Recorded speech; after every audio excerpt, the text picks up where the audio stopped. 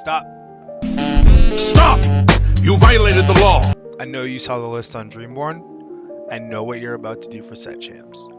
You're going to play those decks that you really like the World Championship. But here are some reasons that you maybe shouldn't. Alright, so obviously I'm being a little dramatic here. But what I mean is you don't want to build the exact list you saw at the World Championship. There's a couple reasons I'm going to go over here in this video of why I think you need to use some critical thinking when it comes to your deck building and understanding what the importance of situations are and why decks are built certain ways. So the biggest overarching reason of why you shouldn't build the deck that you saw at the World's Tournament is because it is a different format than you and I play at like a set champs, at locals, or at a DLC, right? Their format is 3-deck format, and that actually matters quite a bit, especially given if you look at the Wisconsin results that we had before. That's like the hyper extreme where people were making lineups explicitly expecting Steel to get banned. At the World Championship, it was a little bit more catered towards matchups and players as far as the bans went. I thought that the bans had a lot more critical thinking than just like, we're gonna ban Steel every time. So the biggest thing to think about though is you could have one deck that you're playing explicitly on the draw and one deck that you're playing almost explicitly on the play. One of the best ways you can see the 3-deck formatting is when Ed gets pigeonholed into playing red-blue at the end of his set with DKP for the World Championship itself, because Ed is stuck on a very slow control deck that is kind of made to beat out any sort of mid-range strategies, but not great at dealing with these hyper-aggressive strategies. So when we get to game 5, DKP has this crazy fast green-yellow deck where he's playing just piles of Ward, 2 Questers, 3 Questers, incredible cards that are very strong against these red-blue cards. That green-yellow deck is really, really strong if you know what matchup you're in, if you have control matchups, and if you're on the play a bunch, which you can control in the 3-deck format because you can be like, I'm going to play this green-yellow deck when I'm on the play, and I'm going to play my purple-steel or my red-blue when I'm on the draw.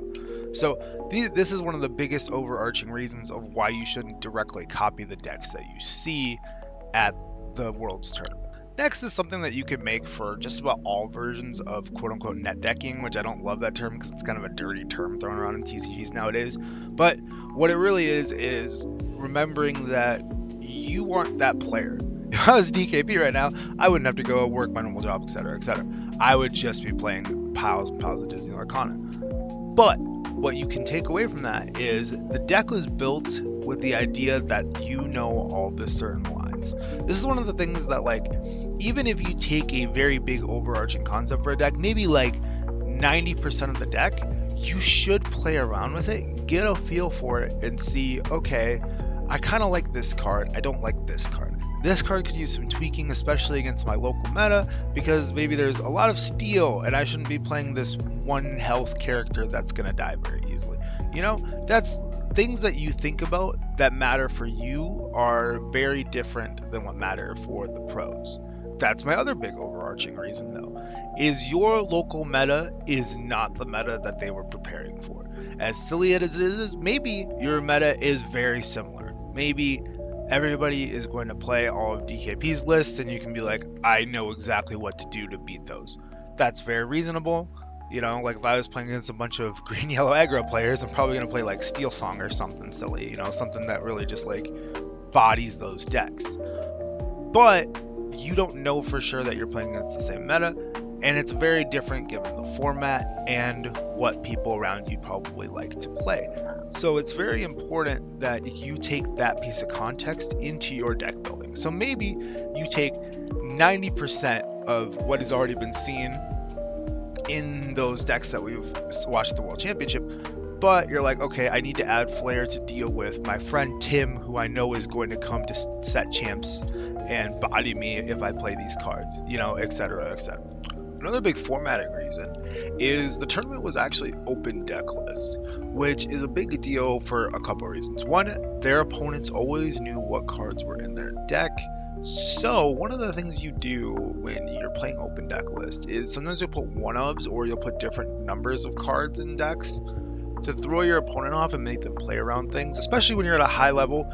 People are always playing around more things than you even think about, especially if you're on like a normal level. Like me, I would consider myself like a level like 2 thinking around things type player, whereas somebody who's really, really, really good at the highest level is probably a 4 or 5 type level player. Like they're always thinking about things that I don't even put in the situation until somebody tells me afterwards, like, hey, did you know you could get blown up by Fox here, etc., etc. So one of the biggest things they'll do is they'll information overload a little bit and play one-ofs to make their opponent play through different things.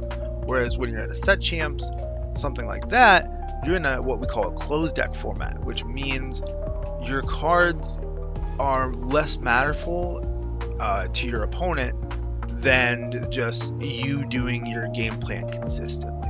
So that's why I'm a big fan of 4-ofs personally in a lot of my deck building. But again, you don't need a bunch of crazy 1-ofs unless you want crazy 1-ofs. Some people, that's their play style. But I'm just saying, if you look at the deck list, for example, the biggest crazy one that we saw over the weekend was Zach Bivens playing 1 Pete in his purple steel deck.